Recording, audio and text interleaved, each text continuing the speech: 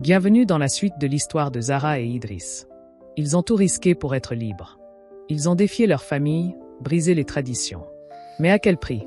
Si tu n'as pas encore suivi la première partie, regarde la première vidéo en cliquant sur le lien dans la description. Ne continue pas avant d'avoir tout vu. Ils croyaient avoir gagné. Mais la liberté n'est jamais aussi simple. Le soleil perce lentement l'horizon, enveloppant la route poussiéreuse d'une lumière dorée. Une voiture de transport collectif cahote sur le chemin accidenté. À l'intérieur, Zara, assise près de la fenêtre, observe le paysage défiler, partagé entre fatigue et inquiétude. Son gelé défait laisse ses longues tresses retomber librement sur ses épaules.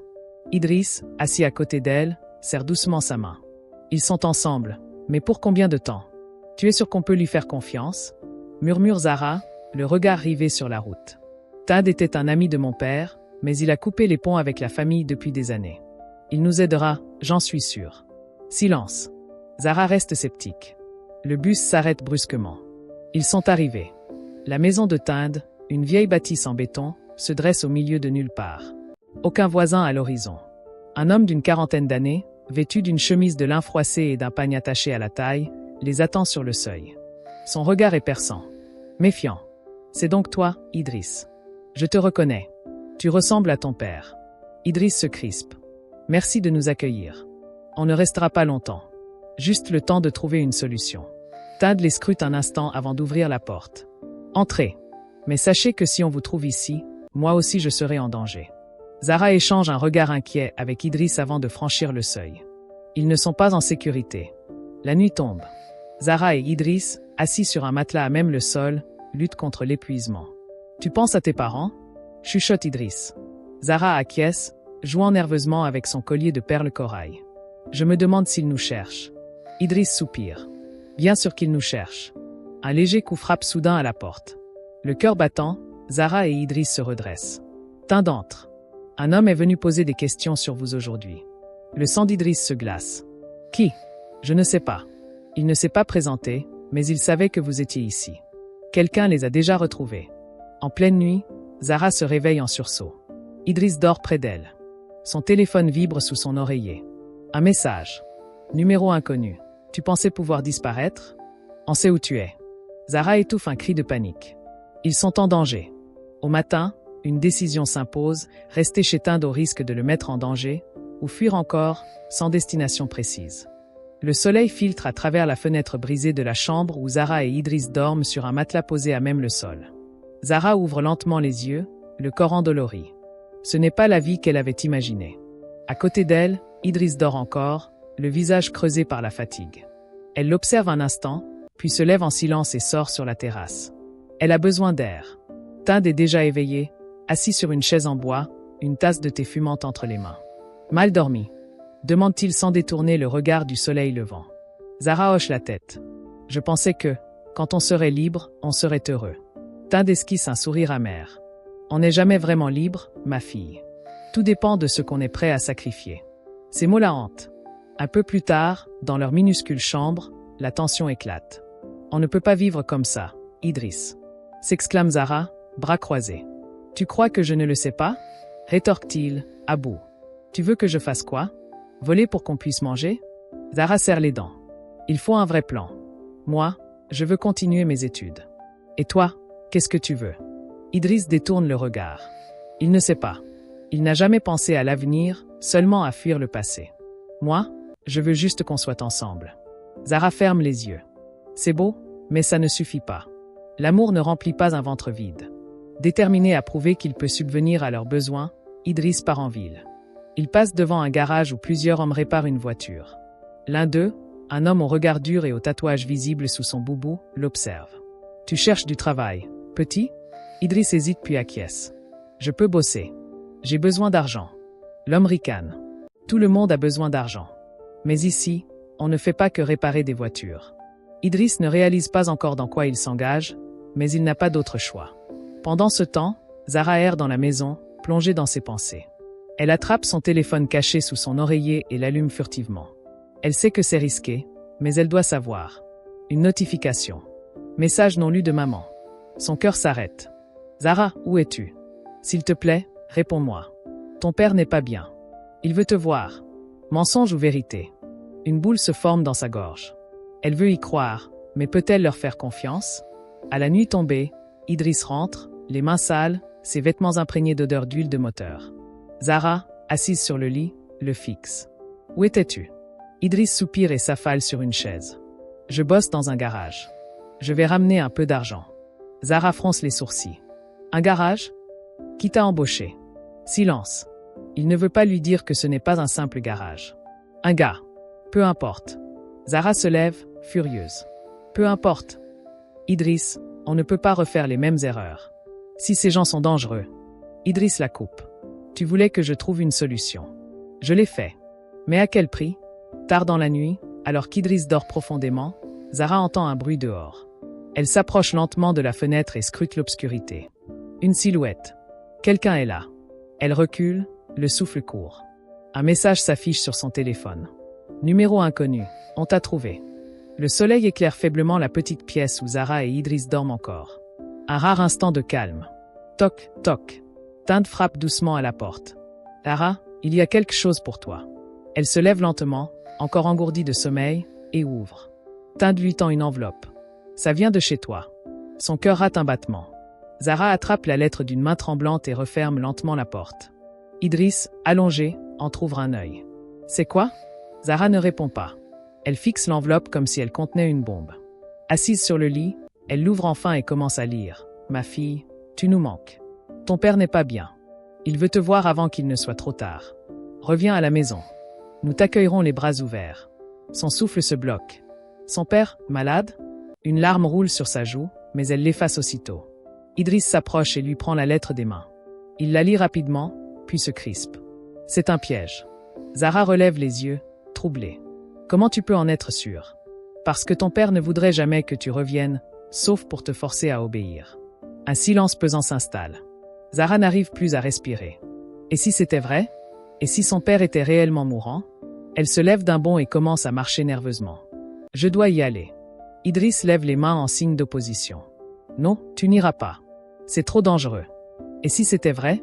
Insiste-t-elle. Et si c'était faux ? Tu veux vraiment y retourner et risquer de ne plus jamais pouvoir repartir ? Zahra serre les poings. C'est mon père, Idriss. Son regard s'assombrit. C'est l'homme qui voulait te marier de force, Zahra. Ses mots lui coupent le souffle. Mais il a raison. Zahra détourne les yeux, déchirée. Un peu plus tard, elle sort prendre l'air. Tinde est assis sous un arbre, une cigarette entre les doigts. Elle s'assoit à côté de lui. Tu ferais quoi, à ma place ? Il la fixe longuement avant de souffler une fumée blanche. Ta famille, c'est compliqué. Ils t'aiment, mais leur amour, c'est une prison. Zahra ne dit rien. Tu veux revoir ton père ? Elle hésite, puis murmure, je veux juste savoir si c'est vrai. Tinde hoche la tête. Alors trouve un moyen d'avoir la vérité avant d'y aller. Tard dans la nuit, Zahra saisit son téléphone et tape un message. Maman, papa est-il vraiment malade ? Ou c'est un piège ? Elle hésite, puis envoie. Elle fixe l'écran jusqu'à ce qu'une réponse apparaisse. Maman, pourquoi penses-tu que je te mentirais ? Il veut juste te voir, avant qu'il ne soit trop tard. Zahra serre les dents. Ça ne l'aide pas. Mais avant qu'elle ne puisse répondre. Numéro inconnu. Si tu reviens, tu ne repartiras plus. Son sang se glace. Quelqu'un sait qu'elle hésite. Le lendemain matin, Zahra prend sa décision. Elle fixe Idriss droit dans les yeux. J'y vais. Il secoue la tête, furieux. Je ne te laisse pas y aller seul. Non. Si c'est un piège, il vaut mieux qu'il ne sache pas où tu es. Idriss serre les poings. Et s'il t'enferme ? Et s'il t'oblige à rester ? Zahra le fixe longuement. Alors trouve un moyen de me sortir de là. Si vous appréciez le contenu de cette vidéo et que vous souhaitez découvrir davantage d'histoires captivantes et inspirantes, abonnez-vous dès maintenant. Cela nous aide énormément à continuer à vous proposer du contenu de qualité, et cela ne vous prend qu'une seconde. Cliquez sur le bouton s'abonner et activez la cloche pour ne rien manquer. Merci pour votre soutien, et maintenant, place à la suite de notre histoire. La route semble interminable. Zahra est seule dans le bus, une casquette enfoncée sur la tête, les yeux rivés sur l'horizon. Un flot de pensées l'assaillit. Et si son père était réellement malade ? Et si c'était un piège ? Et si elle ne pouvait plus repartir ? Elle serre son téléphone dans sa main, hésitant à envoyer un dernier message à Idriss. Mais elle refuse de l'inquiéter. Le bus ralentit, elle est arrivée. La maison familiale est exactement comme dans ses souvenirs. Rien n'a changé. Pourtant, tout lui semble différent. Sa mère est la première à l'accueillir, les yeux embués de larmes. Ma fille. Elle l'attire contre elle, l'étreint avec force. Mais Zara sent que quelque chose cloche. Son frère apparaît ensuite, silencieux. Il croise les bras, l'observe, comme pour s'assurer qu'elle est bien réelle. Puis, son père. Il est assis dans un fauteuil, une couverture sur les jambes, l'air fatigué. Pourtant, quelque chose dans son attitude la met mal à l'aise. Il lui tend la main. Viens t'asseoir, Zara. Nous devons parler. Son cœur s'accélère. Zara s'installe face à son père. L'atmosphère est pesante. Tu es enfin de retour. Ces mots lui glacent le sang. Elle croise les bras. Je ne suis pas de retour. Je veux juste savoir si tu es vraiment malade. Son père inspire lentement avant de tousser légèrement. La maladie me rattrape, Zara, et je voulais te voir avant qu'il ne soit trop tard. Sa voix est faussement douce. Sa mère pose une main sur son épaule. Il ne te reste plus beaucoup de temps avec lui. Pourquoi ne pas rester quelques jours? Zara sent le piège se refermer. Elle jette un regard furtif à son frère. Son expression est figée. Il sait quelque chose. Son père ment-il? Plus tard, dans la soirée, Zara sort prendre l'air. Son frère la rejoint. Son visage est fermé. Tu aurais dû rester là où tu étais, Zara. Elle fronce les sourcils. Papa est malade ou pas? Il baisse les yeux. Il va bien. Il n'a jamais été malade. Le choc. Son estomac se serre. Pourquoi vous m'avez fait venir, alors? Son frère détourne le regard. Ils ne veulent pas que tu repartes. Le sol se dérobe sous ses pieds. Zara tente de partir immédiatement. Elle attrape son sac, mais sa mère bloque la porte. Tu vas où? Son ton est doux, trop doux. Vous m'avez menti. Papa n'est pas malade. Laissez-moi partir. Sa mère lui caresse tendrement la joue. Zara, ici, c'est chez toi. Tu n'as nulle part où aller. Son père prend la parole derrière elle, d'une voix calme mais tranchante. Tu n'iras nulle part. Elle comprend alors. Elle est piégée. De son côté, Idriss attend un message de Zara. Rien. Il envoie plusieurs messages. Dis-moi que tout va bien. Réponds-moi, Zara. S'il te plaît. Toujours aucun signe. Une angoisse soudaine s'empare de lui. Il serre les dents. Je le savais. Il attrape sa veste. Il doit la retrouver. Cela fait 2 jours que Zara ne répond pas au message d'Idriss. Assis sur le lit, téléphone en main, il fronce les sourcils. Zara, pourquoi tu ne réponds pas? Rien. Je viens te chercher. Dis-moi où tu es. Toujours rien. Il serre les poings. Quelque chose ne va pas. Adossé à la porte, Tinde l'observe. Je suppose qu'elle n'a pas répondu. Idriss relève les yeux. Non. Et je n'aime pas ça. Tinde allume une cigarette. Ça sent le piège à plein nez. Idriss passe une main nerveuse dans ses cheveux. Alors j'irai la chercher. Tinde souffle la fumée. Et tu comptes y aller comment? En frappant à la porte genre, salut, je viens récupérer votre fille. Idriss serre la mâchoire. Il n'a pas encore de plan, mais il doit la sauver. Alors qu'il erre en ville pour réfléchir, il sent une présence derrière lui. Lorsqu'il se retourne, 3 hommes lui bloquent le passage. L'un d'eux s'avance. Costaud, une cicatrice sur la joue. Tu es bien Idriss, le fils de Conjo? Silence. Idriss sent la menace. L'homme sourit. Ton père te cherche, mon gars. Et il ne va pas aimer ce qu'il va apprendre sur toi. Son sang se glace. Ils l'ont retrouvé. L'homme avance d'un pas. Sois raisonnable. Suis-nous sans faire d'histoire. Idriss recule lentement. Puis, il fonce en arrière et se met à courir. Les hommes le poursuivent. Dans les ruelles poussiéreuses, il zigzague entre les étals, bouscule des passants, entend des cris derrière lui. Un coup de feu retentit. Les passants hurlent et se dispersent. Idriss ne s'arrête pas. Il ne doit pas se faire attraper. Il parvient à semer ses poursuivants et se cache dans une boutique abandonnée. Son souffle est court. Son cœur cogne. Il s'adosse contre un mur, ferme les yeux. Son père l'a retrouvé. Zara est en danger. Tout s'effondre. S'il reste ici, ils finiront par le trouver. S'il part chercher Zara, il risque d'être pris. Il attrape son téléphone, hésite, puis appelle Tinde. Il faut que je parte d'ici. Ils m'ont retrouvé. Je t'avais prévenu, garçon. Mais tu n'écoutes jamais. Tinde, aide-moi.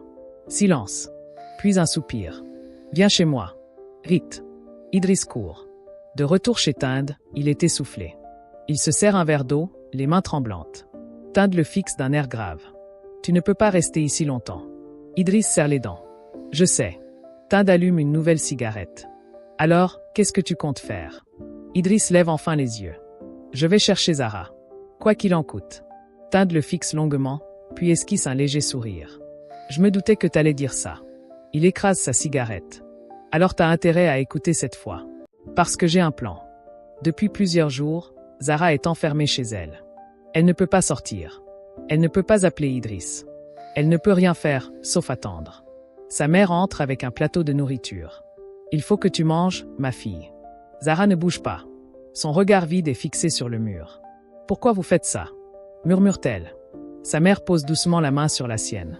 Parce qu'on t'aime, Zara. Et parce que tu ne sais pas ce qui est bon pour toi. Ces mots la rendent folle. Elle retire sa main et repousse le plateau d'un geste sec. Laissez-moi partir. Sa mère ferme les yeux, inspire profondément. Puis elle chuchote. Ton père ne te laissera jamais partir, ma fille. Accepte-le. Zara sent son cœur se briser. Pendant ce temps, Idriss prépare une mission risquée. Il est assis chez Tinde, un plan dessiné à la main devant lui. Tinde pointe une fenêtre sur le croquis. Si elle est toujours dans sa chambre, c'est par là que tu devras passer. Idriss hoche la tête. Et si quelqu'un la surveille? Tinde allume une cigarette et hausse les épaules. Alors t'improvise. Idriss serre les poings. Il n'a pas droit à l'erreur. Puis, soudain, son téléphone vibre. Message inconnu. Ne viens pas. Tu vas droit dans un piège. Idriss fronce les sourcils. Qui a envoyé ça? Il lève les yeux vers Tinde. Quelqu'un sait ce qu'on prépare. Tinde souffle lentement sa fumée. Alors tu devrais écouter. Idriss se lève brusquement. Jamais. Je vais la chercher. La nuit tombe. Idriss arrive près de la maison de Zara. Il avance discrètement, collé au mur. Les hommes de son père rôdent. Il escalade la clôture. Atterrit silencieusement dans la cour. Tout est calme. Trop calme. Dans sa chambre, Zara fixe la fenêtre. Un bruit. Elle retient son souffle. Puis, une silhouette se glisse derrière la vitre. Idriss. Son cœur bondit. Elle court vers lui. Il ouvre la fenêtre doucement. Je suis venu te chercher. Les larmes lui montent aux yeux. Elle allait enfin partir. Mais au moment où elle tend la main vers lui, la porte s'ouvre brusquement. Son père entre. Il n'est pas seul. Deux hommes surgissent derrière lui, regard froid et menaçant. Idriss comprend immédiatement. Merde, murmure-t-il. Zara recule jusqu'au mur. Qui vous a dit qu'il venait? Son père esquisse un sourire froid. Puis il tourne la tête vers son frère. Zara sent son sang se glacer. Toi, chuchote-t-elle. Son frère baisse les yeux. Je suis désolé, Zara. La trahison est totale. Idriss serre les poings, prêt à se battre. Laissez-la partir. Son père rit doucement. Partir? Tu oses entrer dans ma maison et tu crois pouvoir repartir? Idriss comprend. Ils veulent aussi le récupérer lui. L'air est électrique. Zara jette un regard paniqué à Idriss. Elle doit agir. Soudain, elle attrape une lampe et la lance. L'homme esquive. Le chaos éclate. Idriss frappe le premier homme. Il tente de se dégager. Mais ils sont trop nombreux. Un coup le projette au sol. Non, hurle Zara. Son père s'avance lentement vers elle. Tu vas rester ici, Zara. Que tu le veuilles ou non. Elle le fixe, les yeux pleins de haine. Jamais.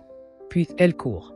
Si vous appréciez le contenu de cette vidéo et que vous souhaitez découvrir davantage d'histoires captivantes et inspirantes, abonnez-vous dès maintenant. Cela nous aide énormément à continuer à vous proposer du contenu de qualité, et cela ne vous prend qu'une seconde. Cliquez sur le bouton s'abonner et activez la cloche pour ne rien manquer. Merci pour votre soutien, et maintenant, place à la suite de notre histoire. Zara court dans l'obscurité, ses pieds nus frappant le sol glacé. Son cœur bat si fort qu'il résonne dans ses oreilles. Derrière elle, des voix hurlent. Rattrapez-la. Elle saute par-dessus une clôture, chute brutalement de l'autre côté. Son corps hurle de douleur, mais elle ne peut pas s'arrêter. Elle atteint la route, cherche désespérément un moyen de fuir. Mais alors qu'elle s'apprête à repartir, une main l'attrape violemment. Son frère. Il l'a retrouvée. Zara se débat. Lâche-moi, hurle-t-elle. Son frère serre la mâchoire. Zara, tu ne peux pas fuir. Elle essaie de le repousser, mais il est plus fort. Ce n'est pas comme ça que ça doit finir. Elle le fixe, les yeux remplis de rage. Alors comment? Je dois rester ici, être mariée à un inconnu et oublier l'homme que j'aime? Son frère détourne le regard, troublé. Ce n'est pas toi qui décides. Zara s'approche, sa voix tremble. Et toi, tu as décidé quoi? De me trahir? Il ne répond pas. Elle en profite. Elle lui donne un coup de genou dans l'estomac. Il tombe en arrière. Elle court encore. Pendant ce temps, Idriss est assis sur une chaise, les mains attachées derrière lui. Son père est là, le père de Zara aussi. Tu crois que tu peux voler nos filles et t'en sortir comme ça? Idriss ne détourne pas les yeux. Je ne l'ai pas volée. Elle est partie d'elle-même. Une gifle violente lui brûle la joue. Son père le fixe froidement. Regarde où tes choix t'ont mené, Idriss. Tu es seul. Idriss crache du sang et sourit. Je ne suis pas seul. Zahra revient à la maison. C'est de la folie. Mais elle ne peut pas abandonner Idriss. Elle avance discrètement, voit la lumière du salon, entend des voix. Il faut lui donner une leçon. Elle comprend. Ils ne vont pas juste retenir Idriss. Ils vont le briser. Elle doit agir. Zahra entre brusquement dans la pièce. Tout le monde se fige. Son père lève les yeux vers elle, surpris. Zahra ? Elle le fixe. Laissez-le partir. Silence total. Puis son père rit. Tu es sérieuse ? Tu reviens ici, pour lui. Idriss secoue la tête, murmure, Zahra te part. Mais elle ne partira pas. Elle attrape un couteau sur la table et le pointe vers son propre père. Toute la pièce retient son souffle. Je ne vous laisserai pas lui faire du mal. Son père se fige. Il a perdu le contrôle sur elle. Le père d'Idriss observe la scène et avance. C'est fini. Laissez-le partir. Stupeur. Le père de Zahra le fixe, furieux. Quoi ? Le père d'Idriss inspire profondément. Si mon fils est prêt à mourir pour elle, alors elle vaut peut-être plus que ce que je croyais. Il coupe les liens d'Idriss. Idriss est libre. Zahra et Idriss quittent la maison. Ils sont épuisés. Mais ils sont libres. Ils marchent ensemble, sans savoir où aller.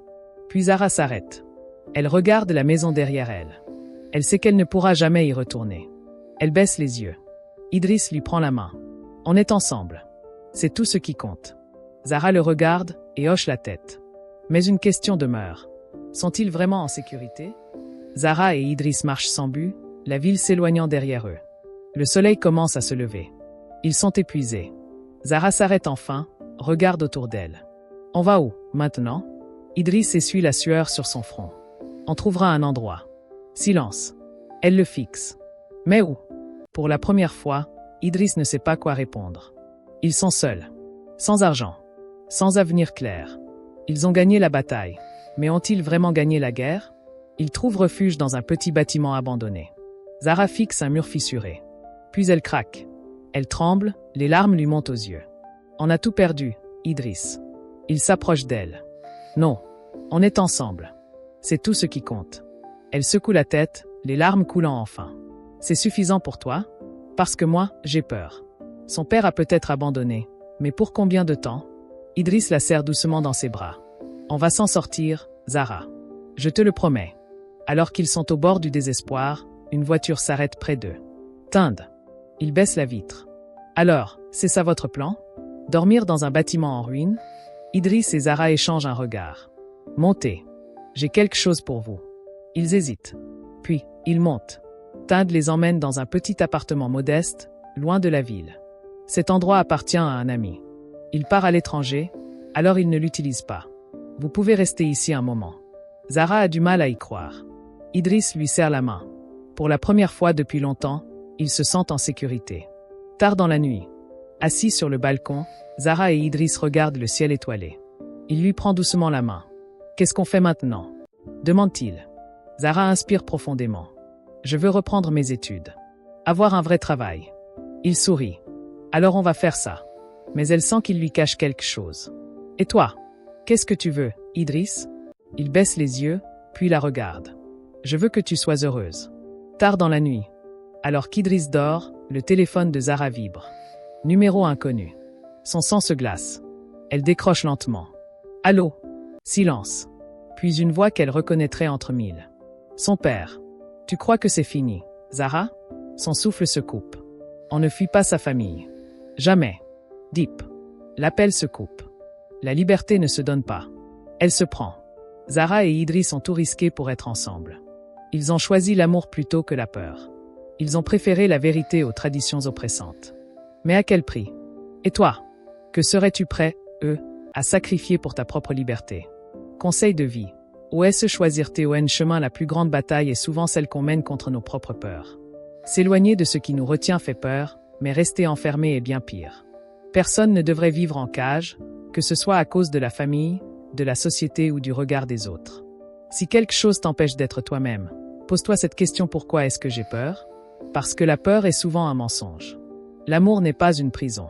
C'est une force. Les traditions ne doivent pas être des chaînes, mais évoluer avec le temps. Fuir ne suffit pas. Il faut savoir où l'on va. Et surtout, ton avenir t'appartient. À toi de jouer. Quel choix as-tu fait, contre l'avis des autres, mais qui t'a rendu plus fort? Dis-moi en commentaire. Si tu étais à la place de Zara et Idriss, aurais-tu osé tout quitter?